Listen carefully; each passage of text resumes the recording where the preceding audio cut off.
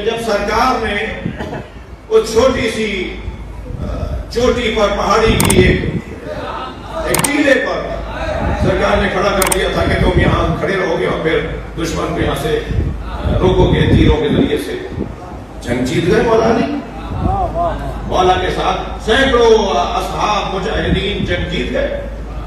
جنگ جب جیت گئے تو مال غنیمت تو نبی تقسیم کریں گے نا، جب بھی کوئی نبی سے آگے نکلا ہے ذلیل ہوا ہے۔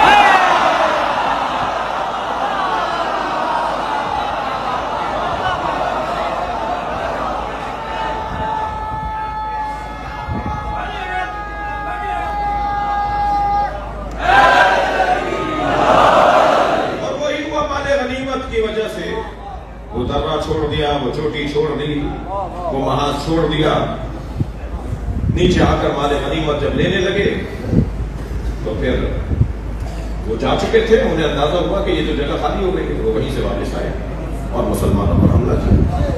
یہ جب حملہ ہوا تو پھر بڑی تعداد میں مسلمانوں نے میدان چھوڑ دیا۔ قرآن مجید سورہ بقرہ میں احد میں بھاگنے والوں کے بارے میں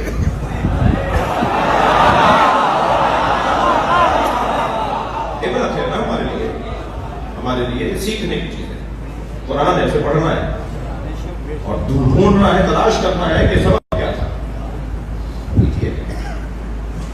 کسی کی کمزوری سے عبرت لے کر اپنی کمزوری کو دور کرنا ہی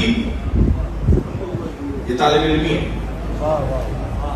میدان چھوڑ کر چلے گئے اور جس کے اوپر قرآن مجید میں بہت ہی روشن آیات آئی، ارشاد ہوا اذا تصعدون ولا ترون على احد والرسول يدعوكم في اخراكم، ایسے بھاگ رہے تھے کہ مڑ کر بھی نہیں دیکھ رہے تھے۔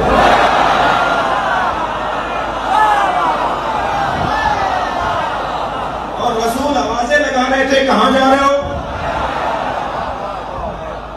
سب چلے گئے، تیرا رضی اللہ تعالی عنہم، تیرا رضی اللہ تعالی عنہم اصحاب، وہ اصحاب کے جو جن سے اللہ راضی، وہ میدان احد میں رہ گئے۔ خبردار میرے عزیزو، احد سے بھاگنے اور میدان چھوڑنے والے اور فرار کرنے والوں پر کوئی بے ادبی نہیں کی جائے گی۔ میدان احد سے جو میدان چھوڑ کر گئے، قرآن کی آیت پڑھو مگر ان کی توہین نہیں ہوگی۔ میں احد کے میدان کی بات کر رہا ہوں، ہر میدان کی بات نہیں کر رہا۔ آپ پہلے احد کے میدان کی بات روشن کر لیجئے، سمجھ لیجئے۔ میدان احد سے جانے والوں کے بارے میں کوئی نامناسب بات، یہ نہ صرف توہین ہے، گناہ ہے، بلکہ قرآن کی مخالفت ہے۔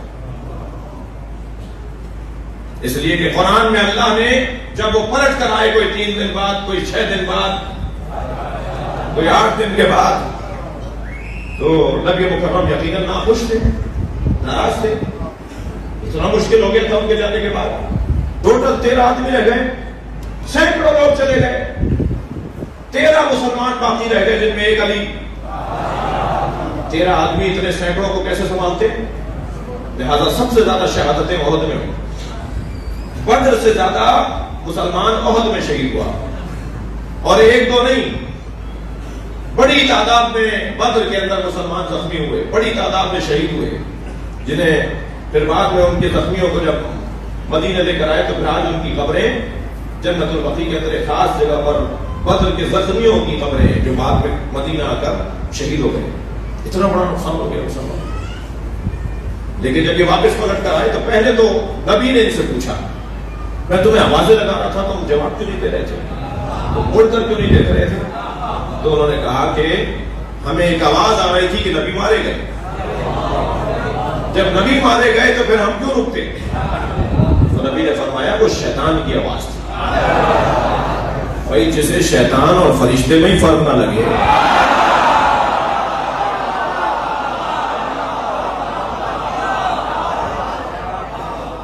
پھر انہوں نے آ کر کہا یا رسول اللہ ہم سے غلطی ہو گئی،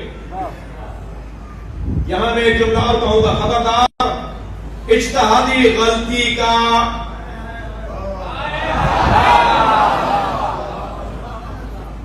جملہ یہاں کار آمد اور کار فرما نہیں ہے۔ میں ایک فورم پر تھا، ایک بہت بزرگ شخصیت نے کہا کہ اجتہادی غلطی تھی۔ میں نے کہا جی ہر غلطی کو اجتہادی کر کے آپ بچا لیتے ہیں؟ اجتہادی غلطی نہیں تھی، اس لیے نہیں تھی کہ نص کے مقابل اجتہاد جائز ہی نہیں۔ میں نے کہا جی نص سے کیا مراد ہے؟ میں نے کہا نبی موجود تھے، سرکار کا وجود موجود ہے، انہیں چھوڑ کے جانا اجتہاد کون سا ہے؟ لہذا یہ اجتہادی غلطی نہیں تھی، غلطی تھی۔ لہذا جب یہ واپس آئے اور کر معافی مانگی تو اب قرآن کی آیت، سورہ بقرہ کی آیت ہے۔ میں شیعہ برادری سے کہوں گا کہ احد سے متعلق اپنے الفاظ کو بہتر کریں اور ایسا کوئی لفظ نہ کہیں جو توہین ہو، اس لیے کہ اللہ نے معاف کر دیا، رسول نے معاف کر دیا، تو ہم اگر کوئی بات کریں گے تو یہ قرآن کے خلاف ہے۔ لقد عفا اللہ عنہم ان اللہ غفور رحیم، اللہ نے انہیں معاف کر دیا، اللہ غفور رحیم ہے۔ توجہ کر لی؟ تو جنگ احد کے اندر صرف 13 لوگ رہ گئے اور میرے مولا علی ان میں سے ایک۔ مگر علی جب سارا مجمع مسلمانوں کا تھا اس وقت بھی ویسے ہی لڑ رہے تھے، اور جب 13 لوگ رہ گئے تب بھی ویسے ہی لڑ رہے تھے۔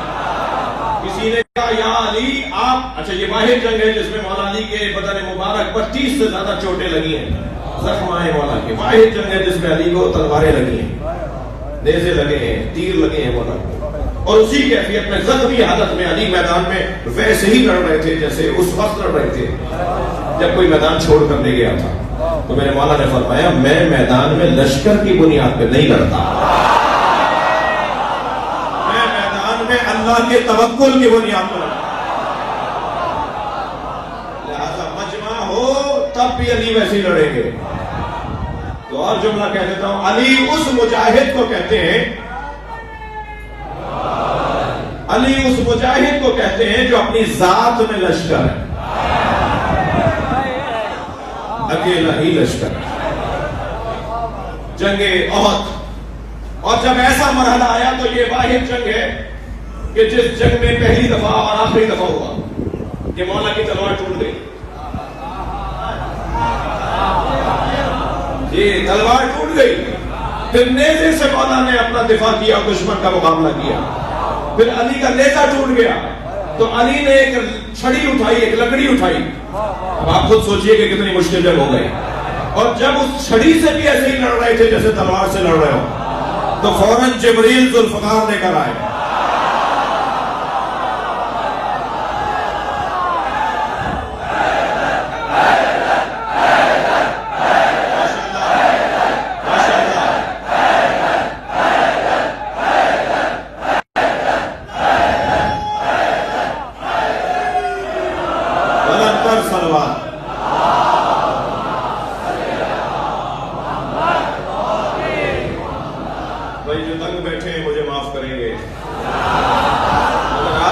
احساس نہیں ہو رہی ہو،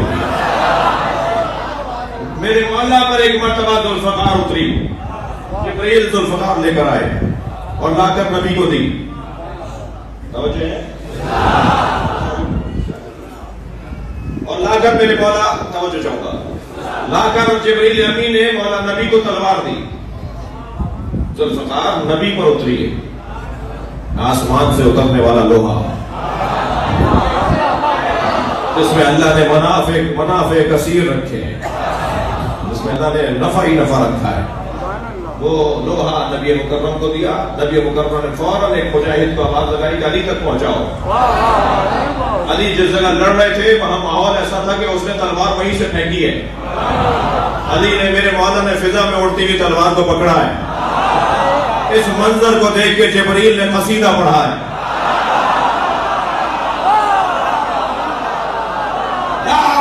الا علی لا سیف الا ذوالفقار۔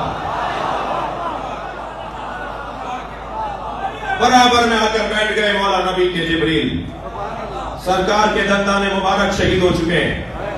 ایک خبیث، ایک ظالم نبی کے خیمے تک آ گیا تھا اور نبی پر حملہ کر دیا تھا. نبی زخمی ہو گئے. جبریل ساتھ بیٹھے ہوئے ہیں، علی دفاع کر رہے ہیں.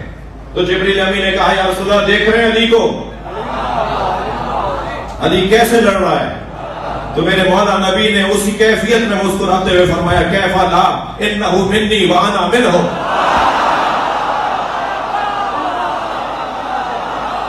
اللہ اکبر.